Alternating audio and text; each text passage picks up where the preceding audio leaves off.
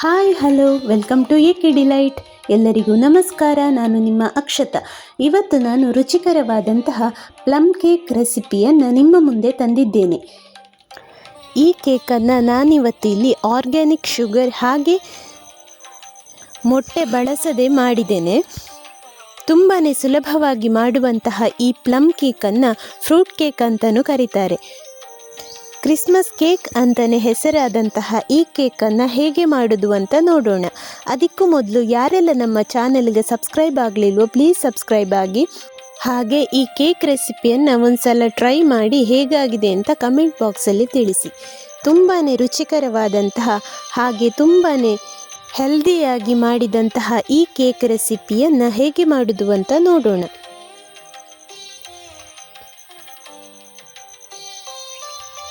ಮೊದಲಿಗೆ ನಾನಿಲ್ಲಿ ಒಂದು ಪಾತ್ರ ತಗೊಂಡು ಅದಕ್ಕೆ 1-2 ಆರೆಂಜನ್ನು ಜ್ಯೂಸ್ ಮಾಡಿ ಈ ಕಪ್ಪಲ್ಲಿ ಅರ್ಧ ಕಪ್ ಆಗುವಷ್ಟು ಜ್ಯೂಸನ್ನು ತಗೊಂಡಿದ್ದೇನೆ. ಹಾಗೆ ಇನ್ನಿದಕ್ಕೆ ನಾವು ಬೇಕಾದಂತಹ ಡ್ರೈ ಫ್ರೂಟ್ಸನ್ನು ಆ್ಯಡ್ ಮಾಡಿಕೊಳ್ಳುವ. ಡ್ರೈ ಫ್ರೂಟ್ಸ್ ನಿಮಗೆ ಬೇಕಾದಂತಹ ಡ್ರೈ ಫ್ರೂಟ್ಸ್ ತಗೊಳ್ಬೋದು. ನಾನಿಲ್ಲಿ 4 ಚಮಚ ಆಗುವಷ್ಟು ಕಟ್ ಮಾಡಿದಂತಹ ಗೋಡಂಬಿ, ಹಾಗೆ 3 ಚಮಚ ಆಗುವಷ್ಟು ದ್ರಾಕ್ಷಿ, ಒಣ ದ್ರಾಕ್ಷಿ, ಕಪ್ಪು ದ್ರಾಕ್ಷಿ ಬೇಕಿದ್ದರೂ ಆ್ಯಡ್ ಮಾಡಿಕೊಳ್ಬೋದು.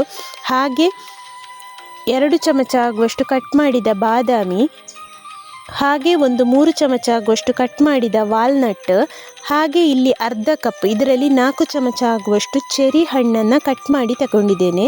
ನೀವಿಲ್ಲಿ ಬೇಕಿದ್ದರೆ ಟುಟ್ಟಿ ಫ್ರೂಟಿ ಕೂಡ ಆ್ಯಡ್ ಮಾಡಿಕೊಳ್ಬೋದು. ಟುಟ್ಟಿ ಫ್ರೂಟಿ ಇಷ್ಟಪಡುವವರು ಟುಟ್ಟಿ ಫ್ರೂಟಿಯನ್ನು ಆ್ಯಡ್ ಮಾಡಿಕೊಳ್ಳಿ. ಇನ್ನಿದನ್ನು 1-2 ಗಂಟೆ ಆಗುವಷ್ಟು ನೆನೆಯಲಿಕ್ಕೆ ಇಡಬೇಕು. ಇದು ಆರೆಂಜ್ ಜ್ಯೂಸಲ್ಲಿ ಚೆನ್ನಾಗಿ ನೆನಿಬೇಕು. ಇನ್ನು ನಾವು ಶುಗರನ್ನು ಕ್ಯಾರಮಲೈಸ್ ಮಾಡಿಕೊಳ್ಳುವ.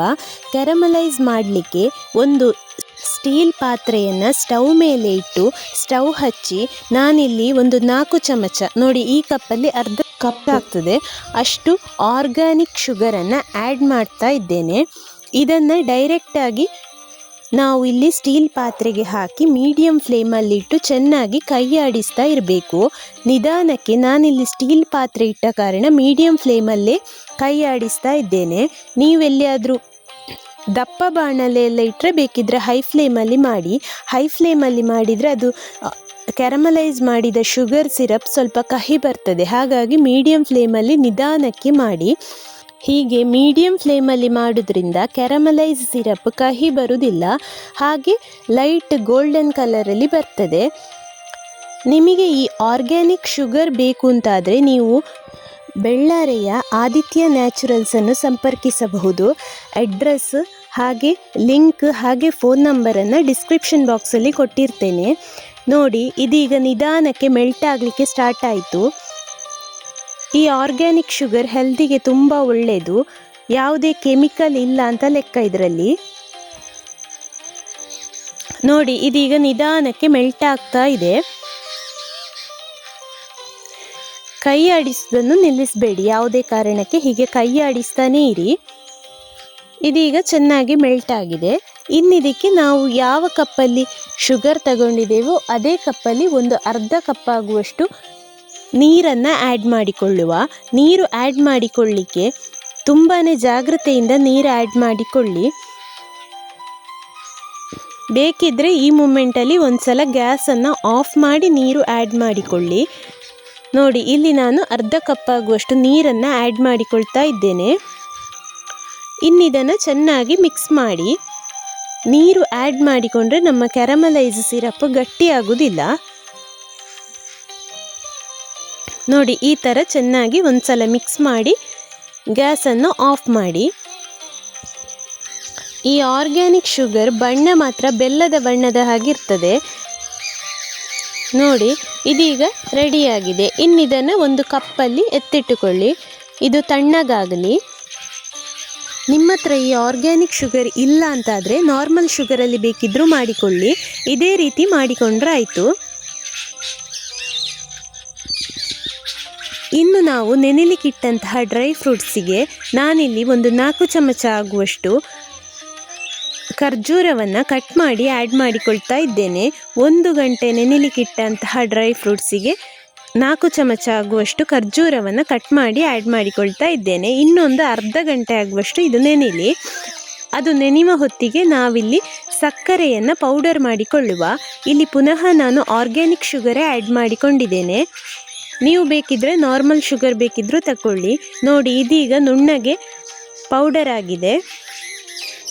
ಇನ್ನು ನಾವು ಒಂದು ಪಾತ್ರೆಗೆ, ನಿಮ್ಮ ಹತ್ರ ಕೇಕ್ ಟಿನ್ ಇದ್ದರೆ ಕೇಕ್ ಟಿನ್ ತಗೊಳ್ಳಿ, ಇಲ್ಲ ಅಂದರೆ ಹೀಗಿರುವ ಒಂದು ಅಗಲಬಾಯಿಯ ಪಾತ್ರೆಗೆ ಸ್ವಲ್ಪ ಎಣ್ಣೆ ಹಾಕಿ ಮೈದಾ ಅಥವಾ ಗೋಧಿ ಹುಡಿ ಯಾವುದು ಆದೀತು ಅದನ್ನು ಹಾಕಿ ಚೆನ್ನಾಗಿ ಹರಡಿಕೊಳ್ಳಿ.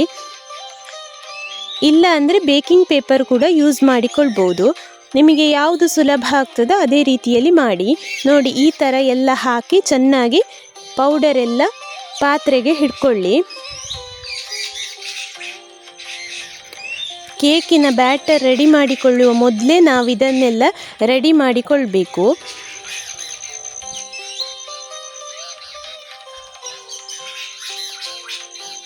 ನೋಡಿ, ನಾನಿಲ್ಲಿ ಈ ಗ್ಲಾಸಲ್ಲಿ ಅಳತೆ ತಗೊಳ್ತಾ ಇದ್ದೇನೆ. ಇದರಲ್ಲಿ 1 ಕಪ್ ಆಗುವಷ್ಟು ಫ್ಲೋರನ್ನು ತಗೊಂಡಿದ್ದೇನೆ.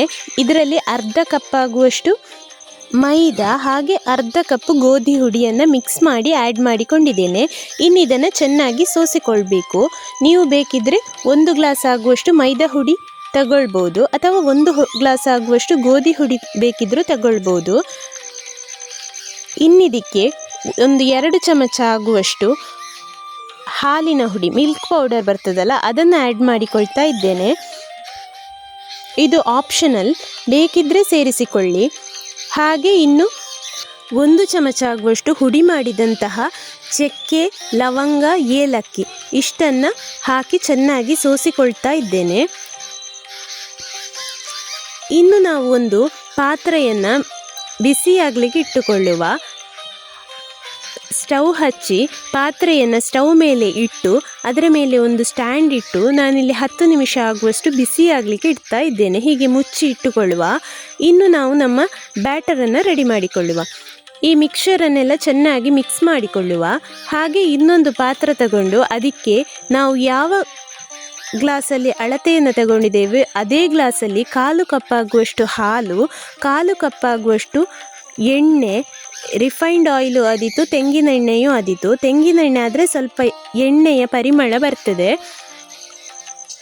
ಅಳತೆ ತಗೊಳ್ಳುವಾಗ ಮಾತ್ರ ಪರ್ಫೆಕ್ಟ್ ಅಳತೆ ತಗೊಳ್ಬೇಕು. ಹೆಚ್ಚು ಕಮ್ಮಿ ಮಾಡಿದರೆ ನಮ್ಮ ಕೇಕ್ ಬ್ಯಾಟರ್ ಸರಿಯಾಗುವುದಿಲ್ಲ, ಕೇಕು ಸರಿ ಬರುವುದಿಲ್ಲ.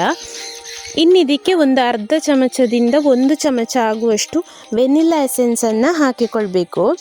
ಸಣ್ಣ ಚಮಚ ಆದರೆ 1 ಚಮಚ, ದೊಡ್ಡ ಚಮಚ ಆದರೆ ಅರ್ಧ ಚಮಚ ಸಾಕು. ಅದನ್ನು ಹಾಕಿ ಚೆನ್ನಾಗಿ ಮಿಕ್ಸ್ ಮಾಡಿ ನಾವು ಮಿಕ್ಸ್ ಮಾಡಿಟ್ಟಂತಹ ಹುಡಿಗಳನ್ನು ಇದಕ್ಕೆ ಹಾಕಿ ಚೆನ್ನಾಗಿ ಮಿಕ್ಸ್ ಮಾಡಿಕೊಳ್ಳುವ. ನೋಡಿ, ಇದು ಇಷ್ಟ ಆದರೆ ಸಾಕು. ಇನ್ನಿದಕ್ಕೆ ನಾವು ಹುಡಿ ಮಾಡಿದಂತಹ ಸಕ್ಕರೆಯನ್ನು ಆ್ಯಡ್ ಮಾಡಿಕೊಳ್ಳುವ. 1 ಕಪ್ ಆಗುವಷ್ಟು ಹುಡಿಗೆ ಅರ್ಧ ಕಪ್ ಆಗುವಷ್ಟು ಹುಡಿ ಮಾಡಿದಂತಹ ಸಕ್ಕರೆ, ಹಾಗೆ 4 ಚಮಚ ಆಗುವಷ್ಟು ಕ್ಯಾರಮಲೈಸ್ ಶುಗರ್. ಇನ್ನಿದಕ್ಕೆ ನಾವು ನೆನೆಲಿಕ್ಕಿಟ್ಟಂತಹ ಡ್ರೈ ಫ್ರೂಟ್ಸನ್ನು ಕೂಡ ಆ್ಯಡ್ ಮಾಡಿಕೊಂಡು ಚೆನ್ನಾಗಿ ಮಿಕ್ಸ್ ಮಾಡಿಕೊಳ್ಳುವ. ಇನ್ನಿದಕ್ಕೆ ಕ್ಯಾರಮಲೈಸ್ ಮಾಡಿದಂತಹ ಶುಗರನ್ನು ಕೂಡ ಆ್ಯಡ್ ಮಾಡಿಕೊಳ್ಳುವ. ಕನ್ಸಿಸ್ಟೆನ್ಸಿ ನೋಡಿಕೊಂಡು ಆ್ಯಡ್ ಮಾಡಿ. ಸಾಧಾರಣವಾಗಿ ಎಲ್ಲ ಕ್ಯಾರಮಲೈಸ್ ಶುಗರ್ ಬೇಕಾಗ್ತದೆ. ಸ್ವಲ್ಪ ಸ್ವಲ್ಪವೇ ಆ್ಯಡ್ ಮಾಡಿಕೊಂಡು ಮಿಕ್ಸ್ ಮಾಡಿಕೊಳ್ಳಿ. ಒಂದು ವೇಳೆ ಕನ್ಸಿಸ್ಟೆನ್ಸಿ ಸರಿ ಆಗಲಿಲ್ಲ ಅಂತಾದರೆ 1 ಚಮಚ ಅಥವಾ 2 ಚಮಚ ಗೋಧಿ ಹುಡಿ ಅಥವಾ ಮೈದಾ ಹುಡಿಯನ್ನು ಆ್ಯಡ್ ಮಾಡಿಕೊಳ್ಬಹುದು. ಜಾಸ್ತಿ ಆ್ಯಡ್ ಮಾಡಿಕೊಳ್ಳಿಕ್ಕೆ ಹೋಗಬೇಡಿ. ಹುಡಿ ಆ್ಯಡ್ ಮಾಡ್ತಿದ್ರೆ ನೀವು ಬೇಕಿಂಗ್ ಪೌಡರ್ ಹಾಕುವ ಮೊದಲೇ ಆ್ಯಡ್ ಮಾಡಿಕೊಳ್ಬೇಕು. ಕ್ಯಾರಮಲೈಸ್ ಮಾಡಿದ ಶುಗರನ್ನು ಎಲ್ಲ ಸ್ವಲ್ಪ ಸ್ವಲ್ಪ ಆ್ಯಡ್ ಮಾಡಿಕೊಂಡು ಮಿಕ್ಸ್ ಮಾಡಿಕೊಳ್ಳಿ.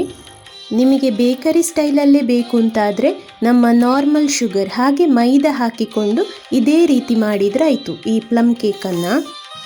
ಹಾಗಂತ ಹೇಳಿ ಈ ಆರ್ಗ್ಯಾನಿಕ್ ಶುಗರ್ ಹಾಕಿದ್ದ ಕೇಕು ಕೂಡ ತುಂಬಾ ರುಚಿಯಾಗಿ ಬರ್ತದೆ. ಇನ್ನು ನಾವಿದಕ್ಕೆ 1 ಚಮಚ ಆಗುವಷ್ಟು ಬೇಕಿಂಗ್ ಪೌಡರ್ ಹಾಗೆ ಅರ್ಧ ಚಮಚ ಆಗುವಷ್ಟು ಬೇಕಿಂಗ್ ಸೋಡಾ, 1 ಚಿಟಿಕೆ ಆಗುವಷ್ಟು ಉಪ್ಪು ಇಷ್ಟು ಹಾಕಿ ಚೆನ್ನಾಗಿ ಸೋಸಿಕೊಂಡು ಇದಕ್ಕೆ 1 ರಿಂದ 2 ಚಮಚ ಆಗುವಷ್ಟು ನೀರು ಹಾಕಿ ಚೆನ್ನಾಗಿ ಮಿಕ್ಸ್ ಮಾಡಿ. ಇದು ಒಂದು 30 ಸೆಕೆಂಡ್ ಮಿಕ್ಸ್ ಮಾಡಿದರೆ ಸಾಕು. ಬೇಕಿಂಗ್ ಸೋಡಾ ಬೇಕಿಂಗ್ ಪೌಡರ್ ಹಾಕಿದ ಮೇಲೆ ತುಂಬ ಹೊತ್ತು ಮಿಕ್ಸ್ ಮಾಡಬೇಡಿ. ನೋಡಿ, ನಮ್ಮ ಕೇಕ್ ಬ್ಯಾಟರ್ ರೆಡಿಯಾಗಿದೆ. ಇದೀಗ ಸರಿಯಾದ ಕನ್ಸಿಸ್ಟೆನ್ಸಿಯಲ್ಲಿ ಇದೆ. ಇನ್ನಿದನ್ನು ಕೇಕ್ ಟಿನ್ನಿಗೆ ಹಾಕಿದರೆ ಆಯಿತು. ನಿಮಗೆ ಡ್ರೈ ಫ್ರೂಟ್ಸ್ ಎಲ್ಲ ಇಷ್ಟ ಅಂತಾದರೆ ಇದರ ಮೇಲೆ ಕೂಡ ಡೆಕೋರೇಟ್ ಮಾಡಿಕೊಳ್ಬೋದು. ಗೋಡಂಬಿ, ದ್ರಾಕ್ಷಿ, ಟುಟಿ ಫ್ರೂಟಿ ಎಲ್ಲ.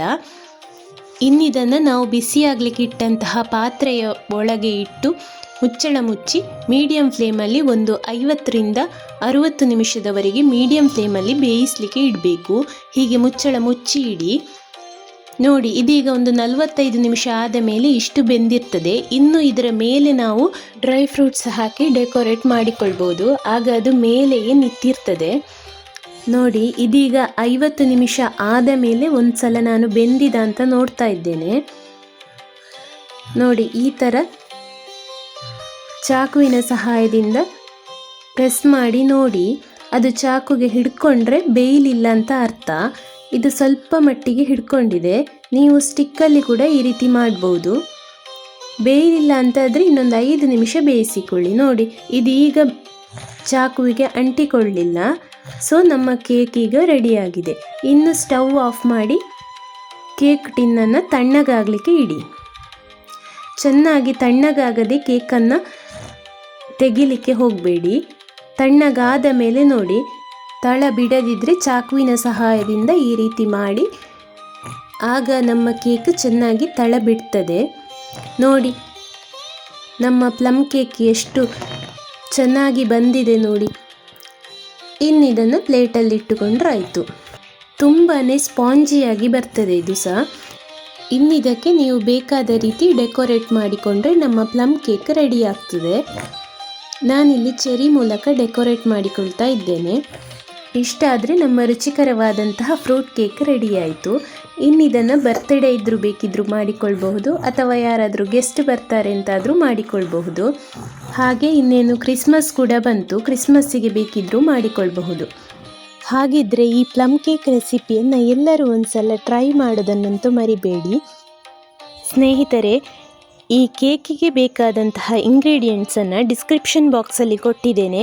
ಹಾಗೆ ಈ ವಿಡಿಯೋ ನಿಮಗೆ ಇಷ್ಟ ಆಗಿದ್ದರೆ ಪ್ಲೀಸ್ ಒಂದು ಲೈಕ್ ಕೊಟ್ಟು ಶೇರ್ ಮಾಡಿ, ಸಬ್ಸ್ಕ್ರೈಬ್ ಮಾಡಿ, ಹಾಗೆ ಬೆಲ್ ಐಕಾನನ್ನು ಪ್ರೆಸ್ ಮಾಡಿ.